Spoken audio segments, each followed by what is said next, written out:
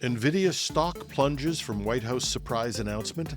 Spotify restores services after a global outage disrupts millions. Microsoft tells users don't fix it, don't delete it, just wait. And rumors are true. Microsoft's scaling back AI data center expansion amid what looks like a strategic shift. Welcome to #Trending. I'm your host, Jim Love. Let's get into it.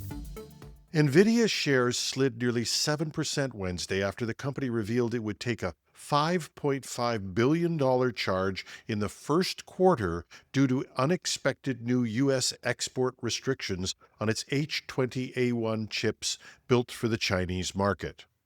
The news came via a late Tuesday regulatory filing in which Nvidia said the U.S. government informed the company it now needs a license to ship the H20 chips to China. The chips were designed to comply with earlier trade regulations. This would have come as a total shock to Jensen Huang, CEO of Nvidia. Only last week, National Public Radio, NPR in the U.S., reported that after Huang attended a $1 million a plate meeting at Mar-a-Lago and promised to build a multi-billion-dollar investment in U.S. chip manufacturing, plans to ban exports of the H20 chip were put on hold. NPR said that it had its information based on two reliable, anonymous sources. Now, analysts estimate that Nvidia may now lose as much as $10 billion in future sales. Most of its current $5.5 billion charge relates to already produced chips. These aren't just canceled orders, they're finished or partially completed products that Nvidia can no longer sell. The remainder of the $10 billion would come from further sales that were expected but not made. This has caused some consternation with industry analysts. Bernstein analyst Stacy Rasgon questioned the decision, writing, "Banning the H20 makes little sense to us." Rasgon pointed out the chip's performance lags behind the existing Chinese alternatives and argued that the new rule simply effectively hands over China's AI market to Huawei. The impact rippled through the semiconductor sector. Not only did Nvidia's shares drop, but AMD dropped by over 7% after disclosing it too faces up to $800 million in export losses. Broadcom and Qualcomm each fell more than 2%, and Intel slipped over 3%. In combination, these contributed to a broader NASDAQ composite index, which closed down 3% on the day. Spotify says its service is back up and functioning normally after a widespread outage left tens of thousands of users unable to stream music globally on Wednesday. The outage peaked at around 13:30 Greenwich Mean Time, with over 20,000 problem reports logged on Down Detector. While download songs still worked offline, key features like search and artist pages failed to load. Many users received a "something went wrong" message when trying to browse or stream music. Spotify hasn't confirmed the cause of the disruption, but dismissed rumors of a cyber attack, calling reports of a security hack completely inaccurate. But the silence, however brief, didn't go unnoticed. Users took to social media to vent frustration, some complaining their workouts were disrupted, others worried about losing focus while studying. A few threatened to jump ship to Apple Music or YouTube. Spotify, which boasts over 675 million users, regularly handles high traffic across its mobile and desktop apps. But outages like this one highlight how deeply integrated the service has become in daily routines, from gyms to classrooms to commutes. And it points out in a world where software and services are delivered online, you need a bulletproof delivery system, or you could rapidly lose customers. Which means that common phrase that has crept into software development, "move fast and break things," may not be the best way to go. And speaking of Microsoft, okay, I'm being a little crabby here, but I actually can't keep up with all the stories about failed Microsoft updates and implementations.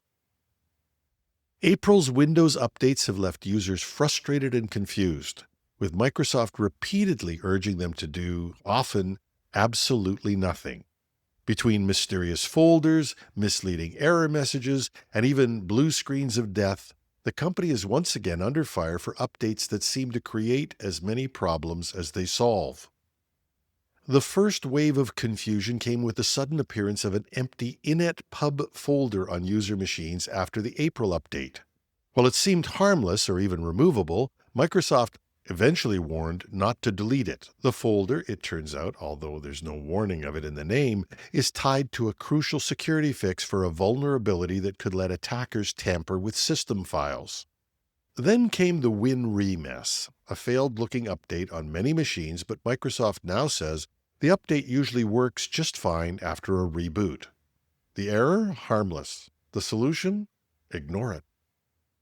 For some users running Windows 11 24H2, the update saga escalated to system crashes. Microsoft has confirmed that some of its latest patches cause a secure kernel error, aka blue screen of death. The company did say it was rolling out a fix via its known issue rollback, but that could take up to 24 hours to reach non-managed devices.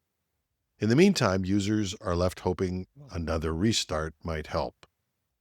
Microsoft's handling of these issues highlights a growing frustration among users.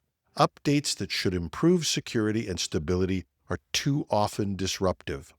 And while Microsoft continues to patch and explain, a lot of users are asking, do they really test this stuff?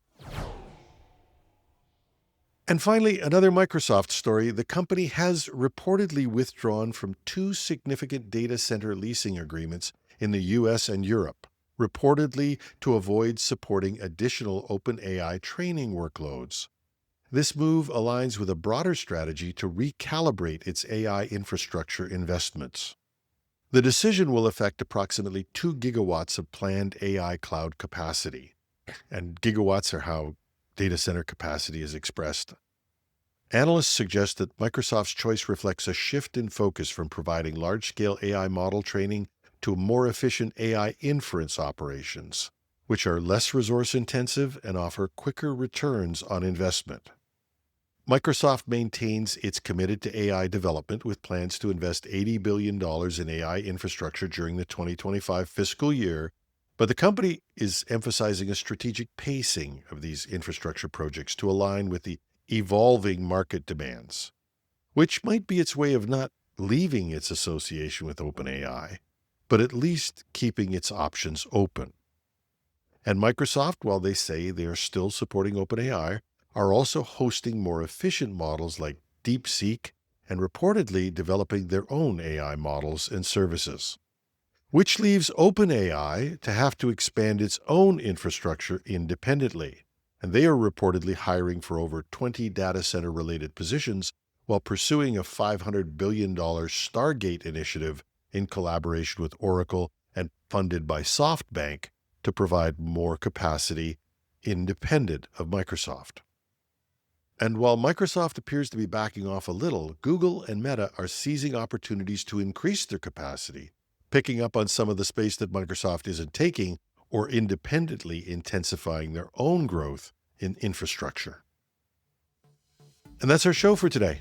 Join us this weekend for a special interview show starting Friday morning. We'll be taking the full weekend off, including possibly Easter Monday, unless there's some really dynamic stories we have to cover. But we'll be back on Tuesday morning for sure. I'm your host, Jim Love. Have a thrilling Thursday and a happy Easter.